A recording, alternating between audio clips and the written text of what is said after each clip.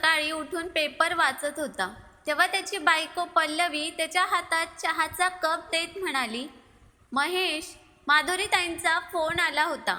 तुम्ही दोघं केव्हा येताय सोलापूरला म्हणून. तिच्याकडे बघत महेश म्हणाला, हो, आपल्याला जायलाच पाहिजे.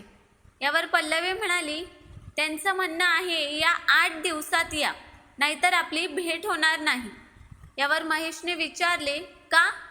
ताई कुठे बाहेर जाता आहेत की काय? पल्लवी म्हणाली, मलाही त्यांची काही कल्पना नाही. त्यांनी तसं काहीच सांगितलं नाही, पण त्यांचा आवाज ठाम निश्चयाचा होता. त्यांच्या मनात नक्कीच काहीतरी चालू असेल, कारण रवी सर गेल्यापासून त्या एकट्या झाल्यात. त्यात त्यांची मुलगी विद्या पण अमेरिकेला असते. यावर महेश म्हणाला, ठीक आहे, आपण याच आठवड्यात सोलापूरला जाऊया. आपण शुक्रवारी जाऊ आणि मंगळवारी परत येऊ. तसं कळवून दे माधुरीताईंना. चालेल, मी कळवते त्यांना. असं म्हणत पल्लवीने लगेच माधुरीताईंना कळविले की आम्ही शुक्रवारी येतोय म्हणून.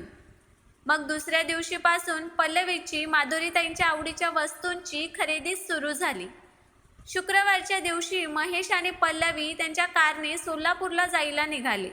माधुरीताईंना वाचण्याची आवड होती, म्हणून महेशने नवीन पुस्तके विकत घेतली. मग त्याने रस्त्यात एका चहाच्या टपरीकडे गाडी थांबवली आणि महेशने हातपाय धुवून चहाची ऑर्डर दिली.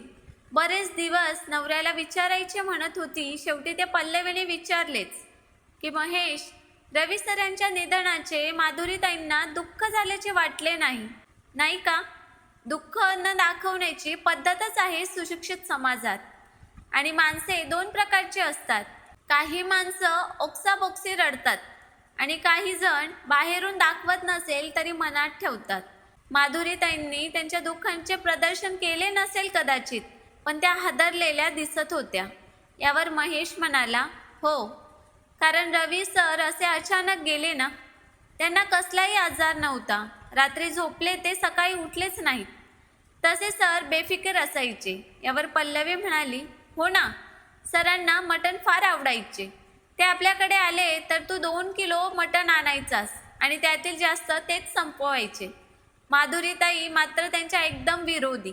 थोडेसे जेवण आणि रोज कसला ना कसला उपवास. 2 वेगवेगळ्या स्वभावाची माणसे एकत्र संसार करत होती. विद्या मात्र आईवर गेली, शांत, हुशार, सुस्वभावी. महेश, तुला किती वर्ष सरांचा सहवास मिळाला असेल? यावर महेश म्हणाला, किमान 15 वर्ष. सोलापूरच्या कॉलेजात मी ज्युनियर प्रोफेसर म्हणून जॉईन झालो तेव्हा Ravi sir head of the department होते. मी त्यावेळी बॅचलर होतो, त्यामुळे दर शनिवारी रविवारी रवी सरांच्या घरी जेवायला जायचो. त्यामुळेच माझी आणि माधुरीताईंची ओळख झाली. माधुरीताई प्रायमरीमध्ये विद्यार्थी प्रिय शिक्षिका होत्या. रवी सर एकदम देखणे तर माधुरीताई सर्वसाधारण. पल्लवीने विचारले, मग दोघांचा संसार कसा चालायचा? यावर महेश म्हणाला, मला काही कळायचं नाही, पण माधुरीताई नेहमी नाराज दिसायच्या. पल्लवीने विचारले, का? काय कारण होतं? महेश म्हणाला, रवी सर हे सर्वात मिसळणारे, स्त्रियांमध्ये प्रिय, नास्तिक विचाराचे आणि माधुरीताई त्याविरुद्ध स्वभावाच्या, व्रते करणाऱ्या, ठराविक मंडळींमध्ये मिसळणाऱ्या, सतत पुस्तके वाचणाऱ्या, नोकरी प्रामाणिकपणे करणाऱ्या. म्हटलं तर ही 2 टोकं होती. महेशने पुन्हा गाडी सुरू केली आणि त्याच्या डोक्यात रवी सरांच्या संसाराची चक्रे फिरू लागली. सरांचे मोठ्याने हसणे, जोक्स मारणे, कॉलेजमधील लेडी प्रोफेसर्स आणि मुलींमध्ये इम्प्रेशन मारणं. महेशला आठवण झाली. आपल्यानंतर एका वर्षाने सोलापूर जवळील म्हाडा येथील एक तरुण मुलगी फिजिक्स डेमॉन्स्ट्रेटर म्हणून जॉईन झाली होती. रवी सरांनी तिची नेमणूक त्यांच्या सोबतच्या प्रॅक्टिकल्समध्ये केली.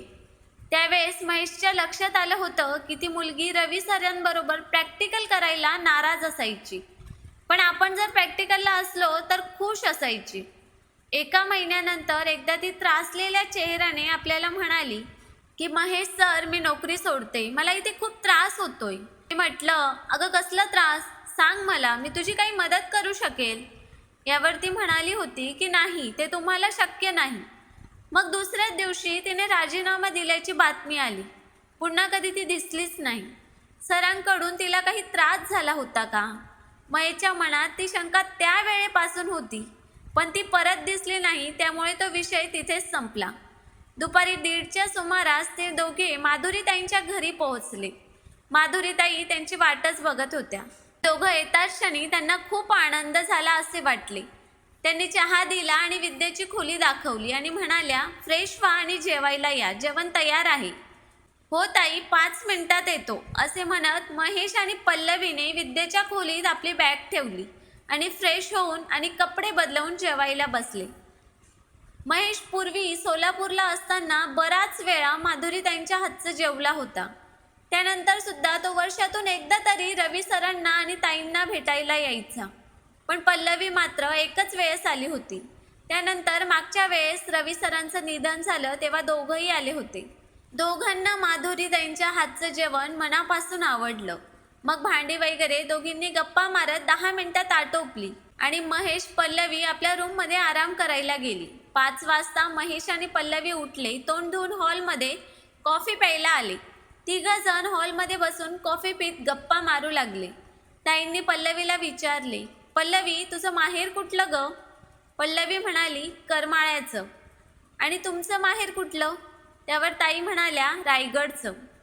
पल्लवी म्हणाली, ताई, मग सरांची आणि तुमची भेट कुठे झाली? तेव्हा ताई म्हणाल्या, ते 4-5 वर्ष रायगडच्या कॉलेजात होते, तेव्हाची ओळख. मग तुमचा प्रेमविवाह का? ते जाऊ दे, तुम्ही सिद्धेश्वर मंदिरात जाणार होतात ना? माधुरीताईंनी सरांचा विषय टाळला हे पल्लवीला समजले. ती म्हणाली, हो, जाऊ उद्या. पण तुम्ही आम्हाला एवढं तातडीनं का बोलावलं होतं? यावर ताई म्हणाल्या, ते आपण उद्या बोलू. तुम्ही सिद्धेश्वर मंदिरात जाऊन या. मग संध्याकाळी महेश पल्लवी सोलापुरात फिरून आले. सोलापूरमधील आपले कॉलेज, फिजिक्स डिपार्टमेंट, कॅन्टीन महेशने सर्व पल्लवीला दाखवले. दुसऱ्या दिवशी ती दोघी सिद्धेश्वर मंदिरात फिरून आली. महेश पल्लवीला म्हणाला, ताईंनी तातडीने येऊन जा असे का सांगितले हे अजून कळले नाही. यावर पल्लवी म्हणाली, हो, पण त्या म्हणाल्यात ना नंतर बोलू म्हणून. मग नंतर सायंकाळी थोडा वेळ विश्रांती घेऊन दोघं पुन्हा माधुरीताईंशी गप्पा मारण्याच्या तयारीने हॉलमध्ये आले. महेश ताईंना म्हणाला, ताई, 3-4 दिवस राहिलो, आता उद्या निघावं लागेल. यावर माधुरीताई म्हणाल्या, हो, तुम्ही आले बरं वाटलं. यावेळी मी तुम्हाला मुद्दामच बोलावलं. यावर पल्लवी म्हणाली, हो, म्हणूनच तातडीने आलो. तुम्ही कुठे बाहेरगावी जाताय का? विद्याकडे अमेरिकेला? माधुरीताई म्हणाल्या, नाही, परदेशात जायची माझी अजिबात इच्छा नाही. विद्या आणि योगेचं चांगलं चाललंय. हळूहळू सर्व नात्यातून मोकळं होणं हेच उत्तम. पल्लवी म्हणाली, मग कुठे जाताय? रायगडला, माहेरी? माधुरीताई म्हणाल्या, नाही, तुम्हाला दोघांना मला आज काही सांगायचं आहे. मी जे सांगणार आहे ते समजून घेण्यासारखे तुम्ही दोघंच आहात अशी माझी खात्री आहे आणि मला तुम्ही दोघं जवळची पण आहात. महेश 5 महिन्यांपूर्वी सरांचा मृत्यू झाला. त्यावेळी तुम्ही दोघं त्यांच्या अंत्यविधीला आला होतात. महेश म्हणाला, हो ताई.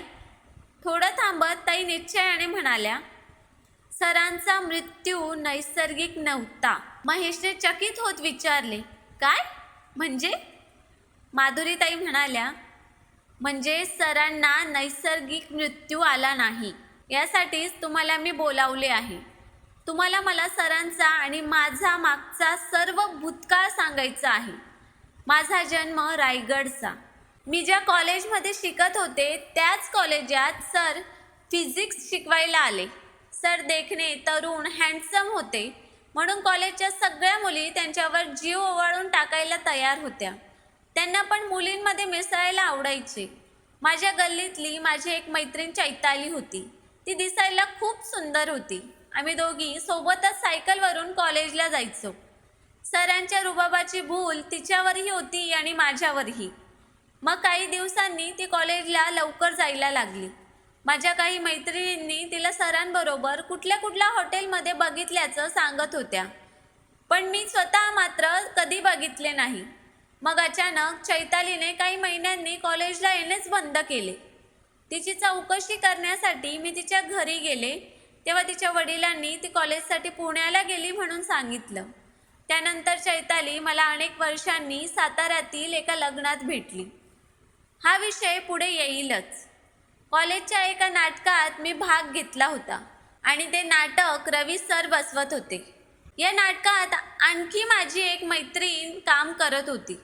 ती पण सरांसाठी पागल झाली होती. सर पण तिला खेळवत होते हे दिसत होते. या नाटकामुळेच माझी आणि सरांची चांगली ओळख झाली. एक दिवस अचानक सर माझ्या घरी आले आणि त्यांनी माझ्या वडिलांकडे माझं नातं मागितलं. एवढे देखणे हुशार स्थळ आपणहून आल्याने माझे आई वडील खुश झाले. काही दिवसात आमचा साखरपुडा झाला. ही बातमी सर्वत्र पसरली. ही बातमी कळताच माझ्याबरोबर नाटकात काम करणारी माझी मैत्रीण घाबरी घुबरी झाली. ती मला एकदा भेटायला आली आणि म्हणाली, माधुरी, रवी सरांबरोबर तुझा साखरपुडा झाला, ही बातमी खरी आहे का? मी म्हणाले, हो ग, गुरुवारीच झाला आमचा साखरपुडा. हे ऐकून ती खूप नर्वस झाली. तिच्या डोळ्यात अश्रू आले होते. तशाच रडवल्या स्वरात ती म्हणाली, रवी सरांनी मला लग्नाचं आश्वासन दिलं होतं, पण मी म्हणाले, हे तू मला आधी का नाही सांगितलंस? यावर ती म्हणाली, काय सांगू, त्यांच्या बोलण्यात मी फसले ग. असे म्हणत रडत रडत ती निघून गेली. तिच्या फसण्याच्या नंतर माझ्या लक्षात आलं, त्यावेळी मी सरांबरोबर लग्न या जगात गुंग होते. त्याच वर्षी माझं रवी सरांबरोबर लग्न झालं. ग्रॅज्युएशन नंतर मी BEd करायचं ठरवलं. सर त्यांच्या गाडीने आधी मला कॉलेजमध्ये सोडायचे आणि मग कॉलेजला जायचे. माझं BEd झाल्यानंतर सरांनी सोलापूरच्या कॉलेजात नोकरी पकडली. सर तसे मूळ सांगोला तालुक्यातील. मी पण सोलापूरला आल्यावर इथल्या शाळेत नोकरीला लागले. लग्न झाल्यापासून सोलापूर येईपर्यंत माझे आयुष्य आनंदात गेले. त्यावेळी सोलापूर खूप मोठे शहर नव्हते. सरांनी तिथेच एक घर घेतले. घरापासून माझी शाळा थोडी लांब असल्याने सर मला सोडायला यायचे. माझी शाळा कन्या शाळा होती, त्यामुळे तिथे सर्वच मुली आणि सर्वच शिक्षिकाच होत्या. सर मला सोडायला यायचे तेव्हा इतर शिक्षिका बघायच्या. बहुतेक जणी सरांच्या पर्सनॅलिटीने भारावल्या होत्या. त्यातील नम्रता ही जास्तच सरांची चौकशी करायची. नम्रता विवाहित होती. तिचा नवरा दुसऱ्या शहरात नोकरीला होता आणि ही सोलापूरला. याच दरम्यान मी गरोदर राहिले आणि 7व्या महिन्यापासूनच रजेवर गेले आणि पहिले बाळपण म्हणून माहेरी रायगडला गेले. मी माहेरी असताना मला शाळेतील एका शिक्षिकेचे पत्र आले की तुझा नवरा आणि या नम्रताचे प्रेम प्रकरण जोरात सुरू आहे. मी 9 महिन्यांची गरोदर, त्यामुळे सोलापूरला येऊ शकत नव्हते. म्हणून मी माझ्या भावाला सोलापूरला पाठवले. तेव्हा त्याला कळले की सर तर सोलापूरला नव्हतेच. माझ्या भावाने कॉलेजात मित्रमंडळींकडे चौकशी केली, पण कुणाला काहीच माहीत नव्हते. कंटाळून तो रायगडला परत येण्यासाठी ST स्टँडवर आला. तेव्हा त्याच्यासमोर पंढरपूर सोलापूर ST उभी राहिली. त्याचं सहज लक्ष गेलं तर त्या गाडीतून सर आणि एक बाई हातात हात घेऊन खाली उतरत होते. माझ्या भावाने पुढे जाऊन सरांना कुठे गेला होता तसे विचारले असता सर उलट त्याच्यावरच ओरडले की यापुढे कळवल्याशिवाय येत जाऊ नकोस. असे म्हणून सर त्या बाईबरोबर रिक्षात बसून निघून गेले. रायगडला परत आल्यावर माझ्या भावाने मला सर्व हकीकत सांगितली, पण अशा परिस्थितीत मी काही करू शकत नव्हते. पण मी माझ्या शाळेतील मैत्रिणीच्या संपर्कात होते. तिने मला सांगितले की नम्रताचा नवरा शाळेत आला होता आणि त्याने शाळेत सर्वांसमोर नम्रताच्या 2-3 थोबाडीत मारल्या आणि तिला तिच्या माहेरी पाठवले. या सर्व गोष्टींनी मला फार दुःख झाले होते. मी सरांना पत्रे पण पाठवली, पण त्यांनी उत्तर पाठवले नाही. रायगडला विद्याचा जन्म झाला. माझ्या वडिलांनी पत्राने सरांना ही बातमी कळवली, पण स्वतःच्या मुलीचे तोंड बघायला सुद्धा ते आले नाहीत. मग मीच 2 महिन्यानंतर विद्याला घेऊन सोलापूरला आले.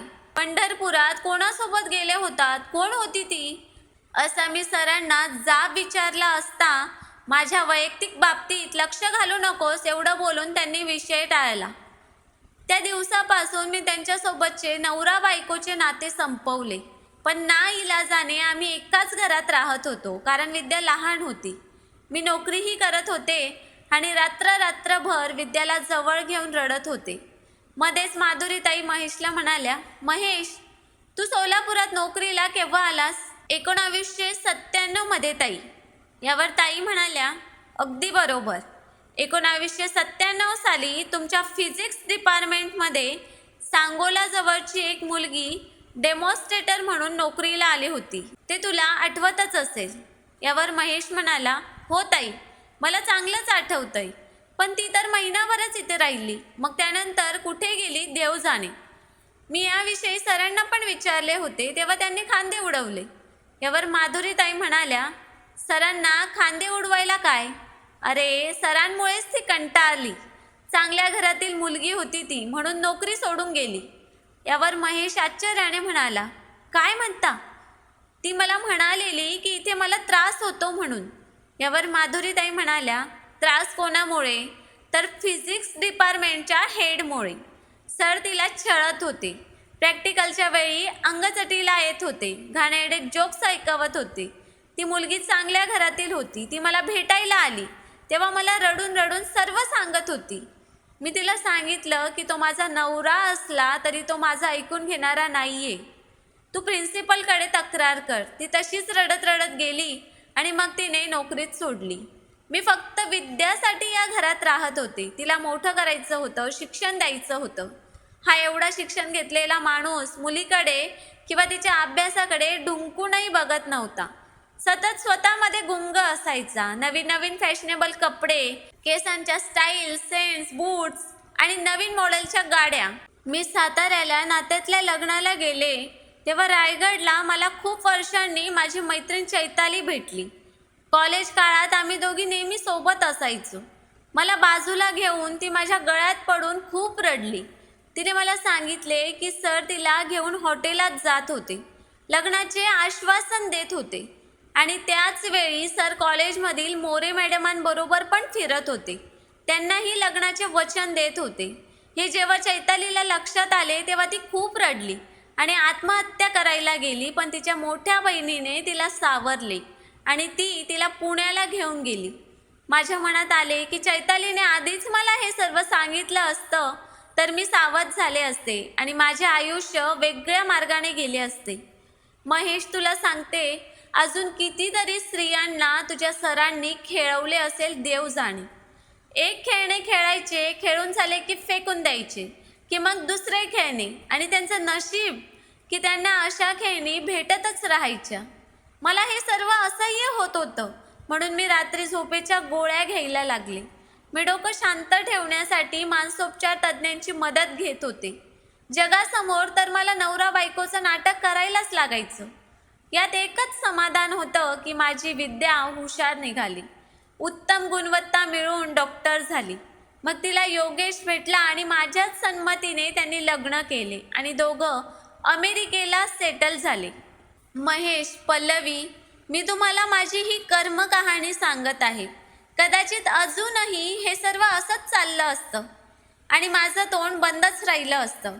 पण अशी एक घटना घडली की त्यानंतर मी गप्प बसू शकत नव्हते. कुठली घटना? पल्लवीने विचारले. तेव्हा माधुरीताई म्हणाल्या, सेवानिवृत्त झाल्यानंतर सर त्यांच्या गावी सांगोला जाऊ लागले होते. तेथे माझे दीर, जाऊ आणि त्यांचा मुलगा असतो. माझे दीर शेती करतात, तशी त्यांची गरिबीच आहे.